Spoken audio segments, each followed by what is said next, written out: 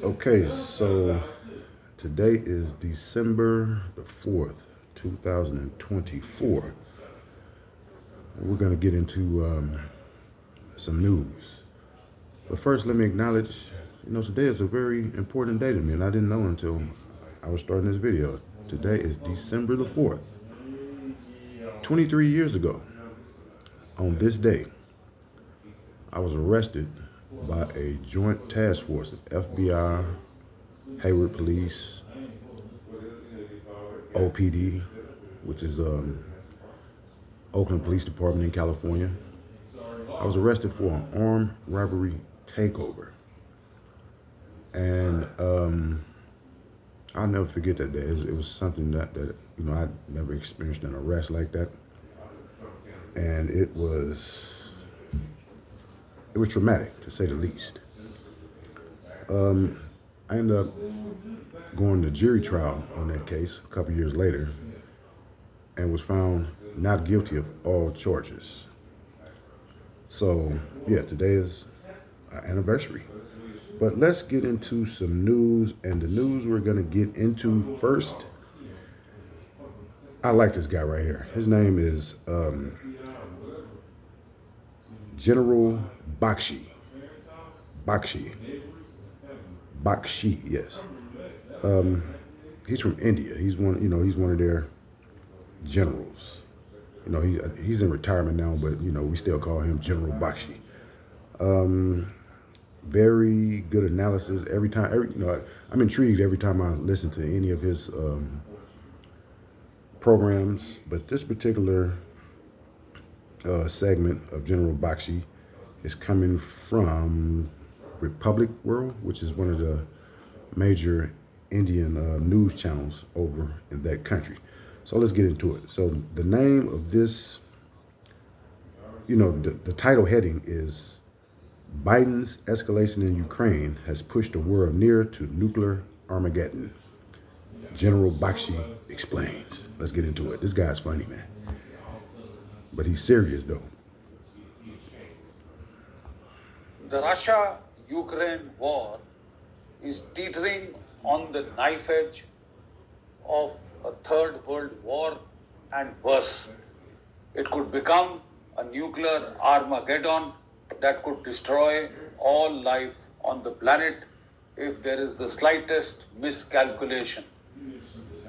We are living through very dangerous times, and therefore... You hear that?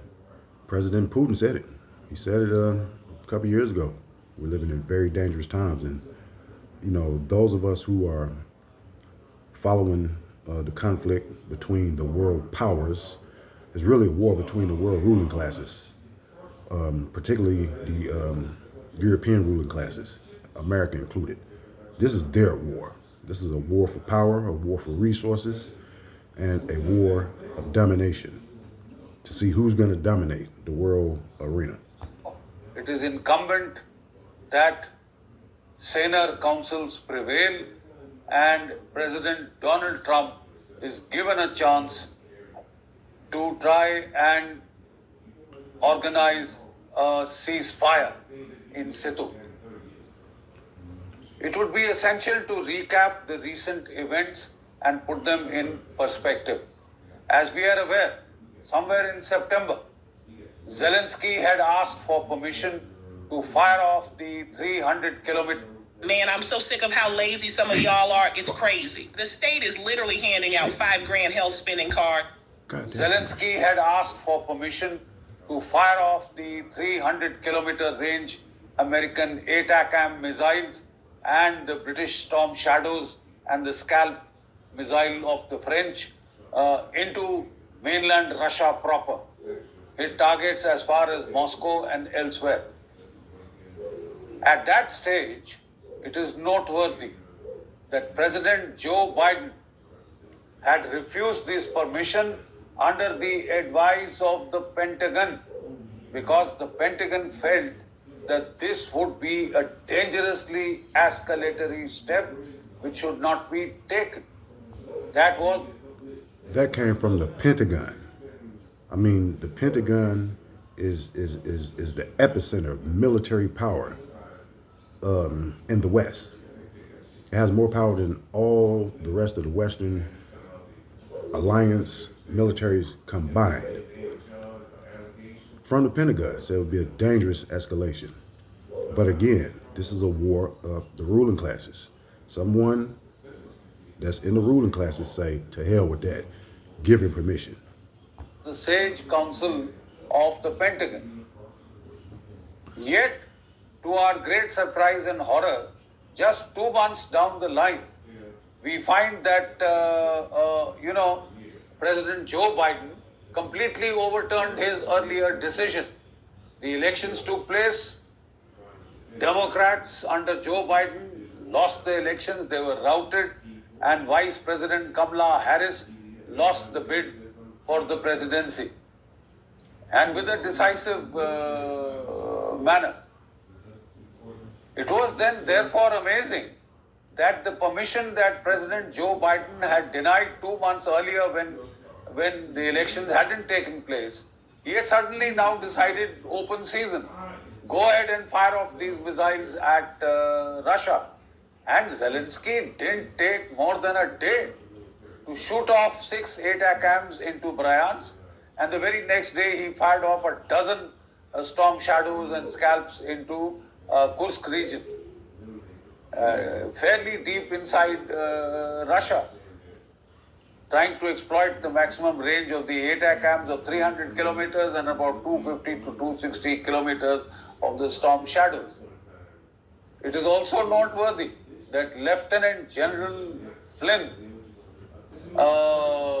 National Security Team member of Donald Trump's first administration, asked for the impeachment of President Joe Biden, that he was trying to foul up, that he was deliberately trying to sabotage President Donald Trump's quest for peace in Europe and the Middle East, that he was bent upon trying to trigger off a third world war, which Donald Trump would find it impossible to stop or to staunch or to tamp down.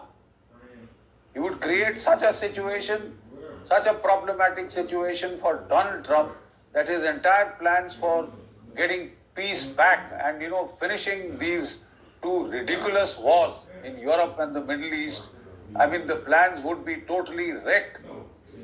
So Lieutenant General Flynn had proposed that President Joe Biden be impeached for his very deliberate sabotaging of the plans of his successor. President Donald Trump had won his election on the promise that he would end these wars that he had done nothing to start, which had been entirely the brainchild of the Democrats, and not one war but 2 wars, and then they were even seemed eager to start a third with China. It was an amazing miscalculation of the highest order. And like I said, very sage counsel from, This is General Bakshi right here. This guy is funny. Look at it. It's him. A major miscalculation of the highest order. That's what he said. This guy, I love him, man.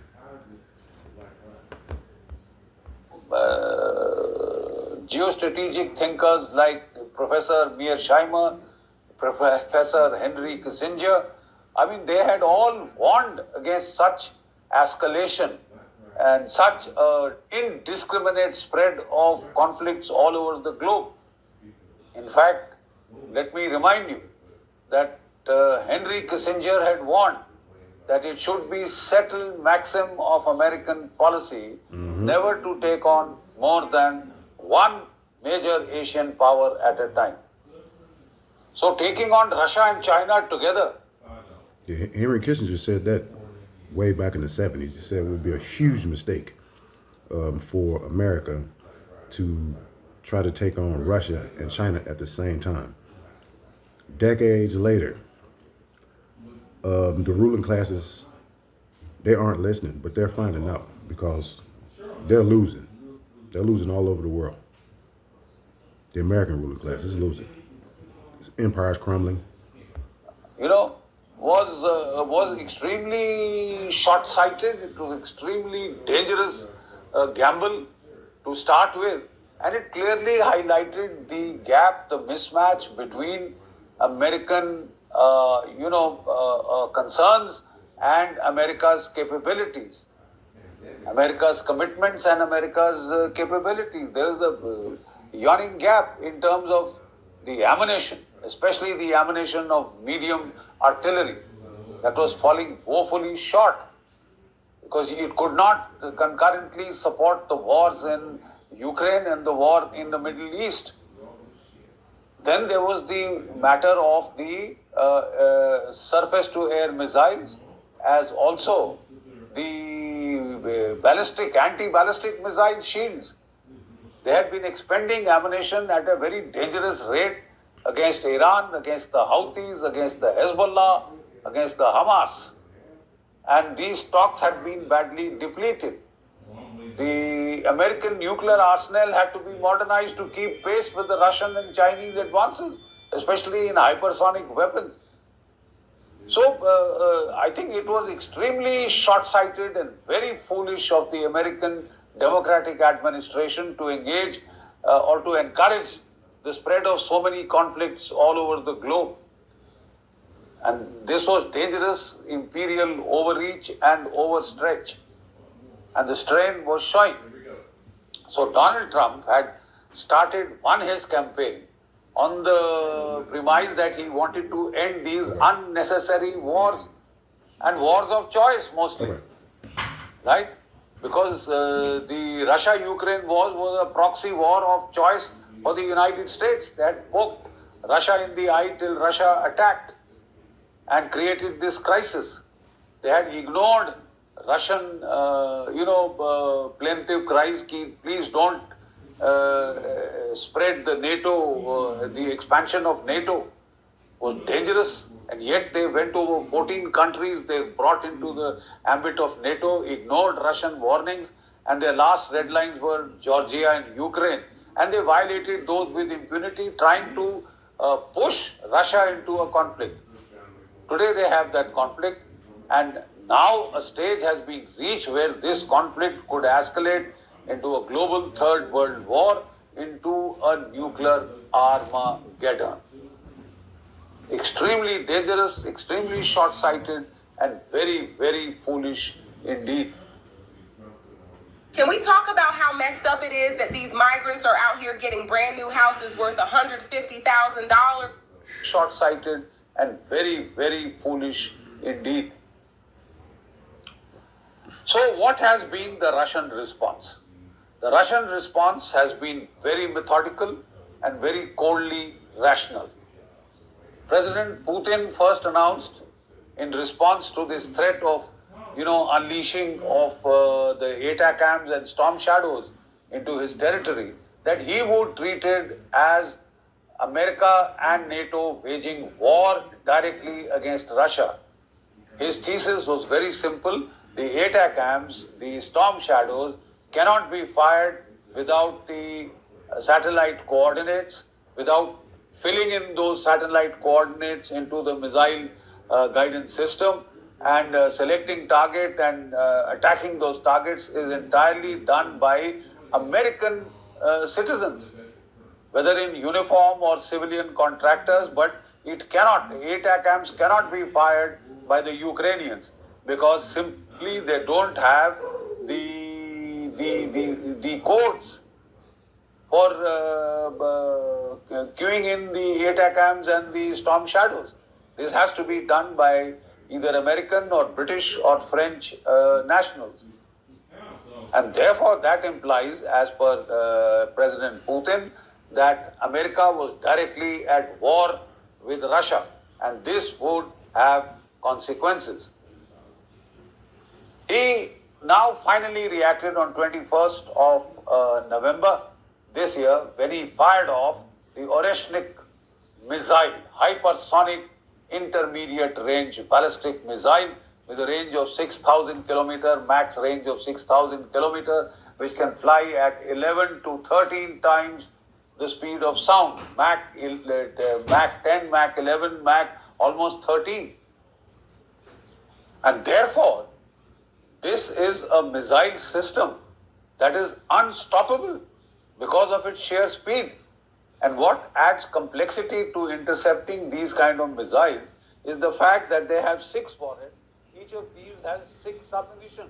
That means a total of 36 submunition of 100 kilogram each of explosive can hit the designated target. You hear that? You hear that there? He said that this Oreshnik missile has 36 warheads, and I think he said 100 kilo. Hold on, let me rewind that. He now finally reacted on 21st of November this year when he fired off the Oreshnik missile, hypersonic intermediate range ballistic missile with a range of 6,000 kilometer, max range of 6,000 kilometer, which can fly at 11 to 13 times the speed of sound, Mach 10, Mach 11, Mach almost 13. And therefore, this is a missile system that is unstoppable because of its sheer speed. And what adds complexity to intercepting these kind of missiles is the fact that they have 6 warheads. Each of these has 6 submunition. That means a total of 36 submunition of 100 kilogram each of explosive. Yeah, 100 kilograms each warhead. Can hit the designated target. Now this one was directed at the Dnipro factory, the old Soviet missile producing factory plant, massive plant that was in Dnipro. This was hit by the MIRV warheads and devastated. The impact was devastating, and you could see the panic in Ukraine and also the great nervousness in the European capitals.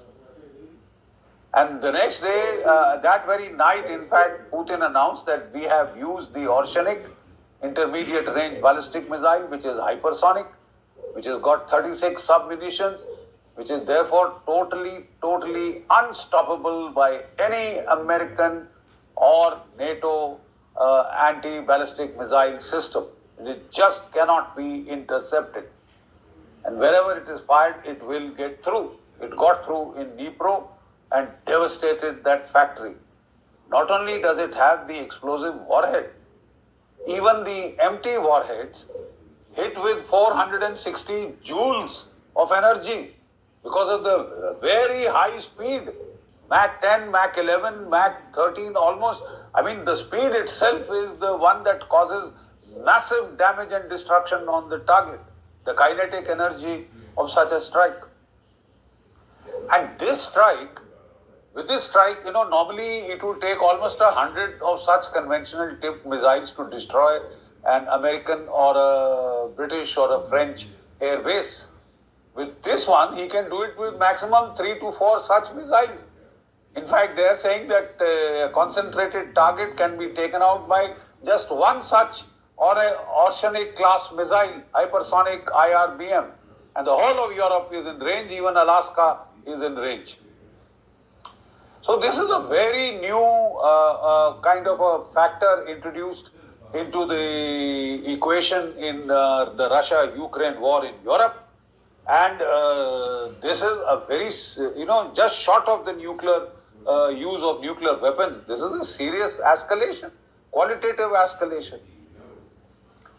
And there was timorousness all over Europe and the United States. But then we found a recklessness bordering on insanity. The Americans and the Europeans decided, so what? So what if it results into a nuclear war? If it escalates into... That's what the American and European ruling classes decided. So what? See, they're not going to relinquish power. Not of their own accord. They're going to have to be forced out. They're going to have to be defeated militarily on the battlefield. There'll be no negotiating to the end of this conflict. For nuclear Armageddon, or at the very least a third world war at the conventional level.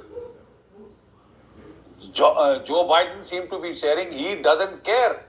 Even if it escalates to a nuclear level, even if millions of American citizens die, And they will. Simple fact is, Russia has 5,800 nuclear warheads and the Sarmat intercontinental ballistic missiles that can reach anywhere on the globe and anywhere on the United States, and each one of them can take out an entire city, impose 175 to 200,000 casualties. I mean, that is the ultimate nightmare. It would mark the extinction of all life on the planet if such a nuclear exchange were to take place. And yet we found a strange, a bizarre recklessness.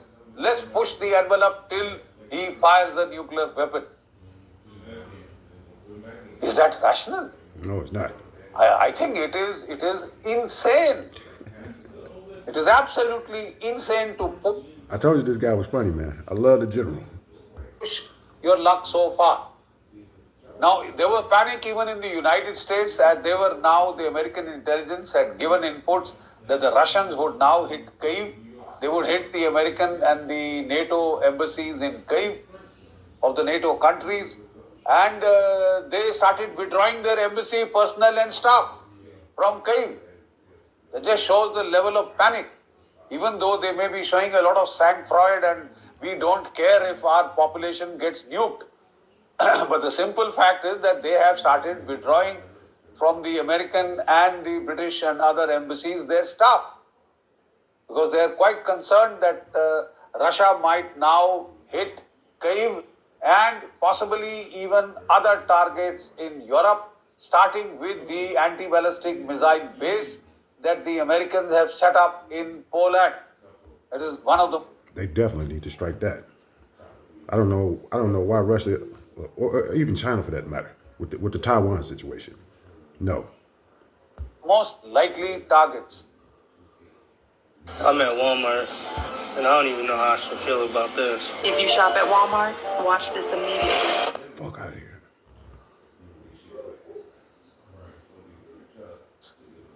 And Putin warned that, look, I am not concerned, I do not want to cause collateral damage to civilian population.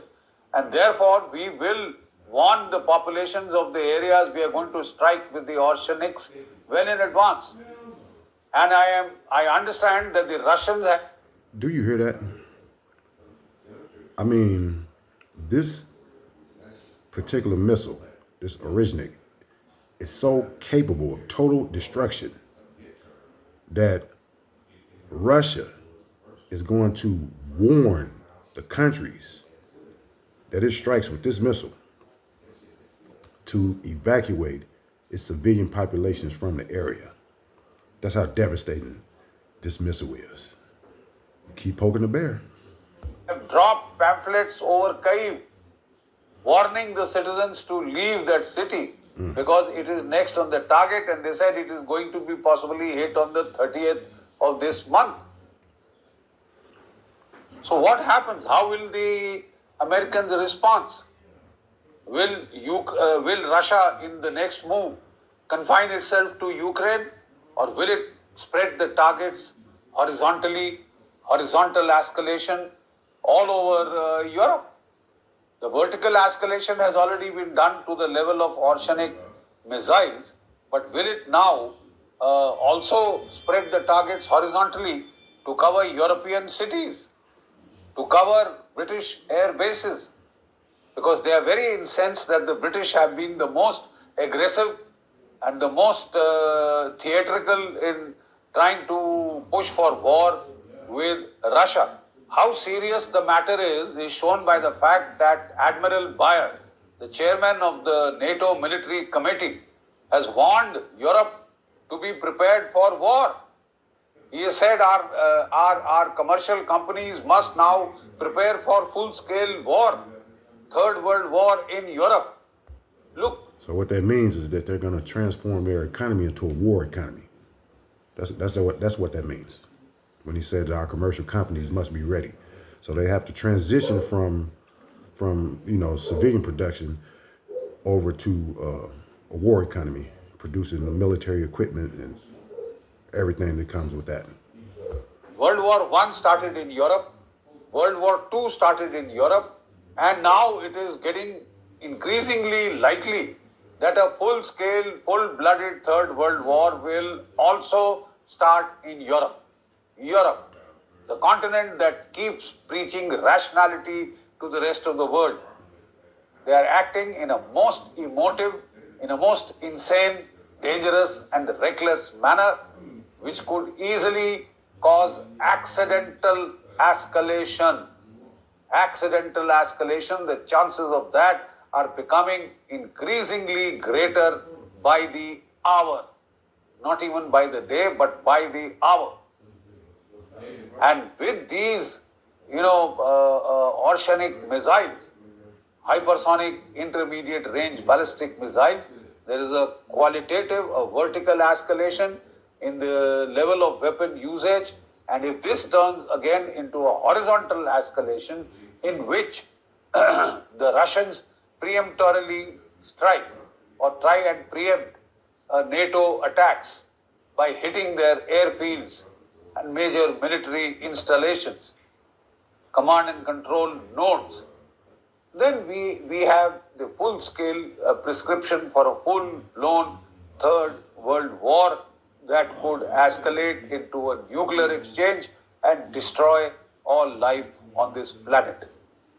I think that would be the height of insanity, and we are hopeful that President-elect Donald Trump will be able to prevent the deep state from going into these reckless bouts of madness and insanity. He's not going to be able to stop it. Again, I reiterate, this is a war of ruling classes. And trying to push the world into a third world war just so that Donald Trump cannot, get the credit for being able to stop these conflicts. They want to make these conflicts unstoppable, at least in Europe. In the Middle East, as we have seen, there is a ceasefire which has been put into place between Hezbollah and Israel. But we are not very sure even that how that will pan out, how long that ceasefire would last, number one. And number two, we find that the attempt has been to have a ceasefire on the Lebanon border, but intensify the conflict in Syria and in Iraq, through which the Israelis allege that the Iranians are sending their missiles and weapon systems with which to target Israel. They're not targeting, directly against Israel. They're doing it through their proxies, and the pipeline for the supply of these dangerous missiles and other weapon systems is via Syria and Iraq. And hence, they have started a major escalation in Iraq by their Islamic proxies, their ISIS, the Jihadi Al-Qaeda proxies. Amazing. Till a few years back, they were fighting the ISIS, they were fighting the Al-Qaeda. Now they're using the Al-Qaeda to try and depose Bashar al-Assad in Syria. Okay, so do you understand that? It is known that America helped construct what they call ISIS. It is also known that America has a footprint in the beginnings of what they allege to be Al-Qaeda. Rule them terrorist organizations, overthrow the Afghani government, the Taliban, 20-some years ago.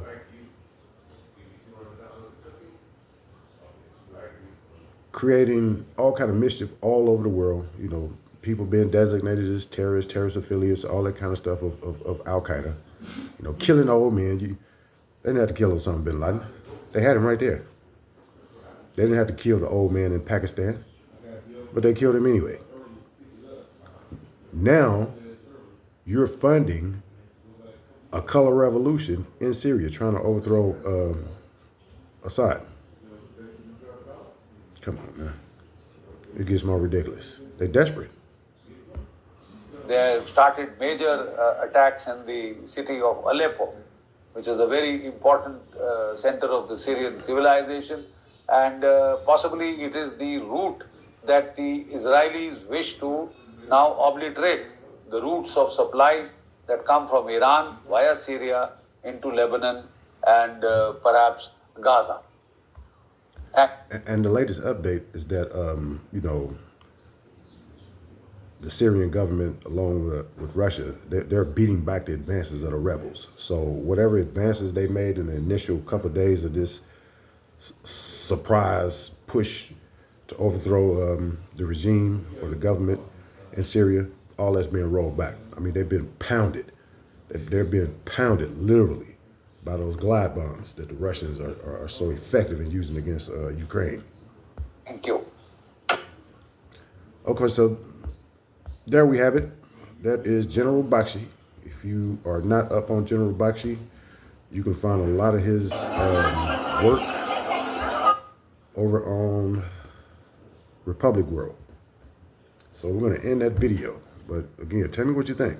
I mean, very dangerous times. We are in the beginning of World War III.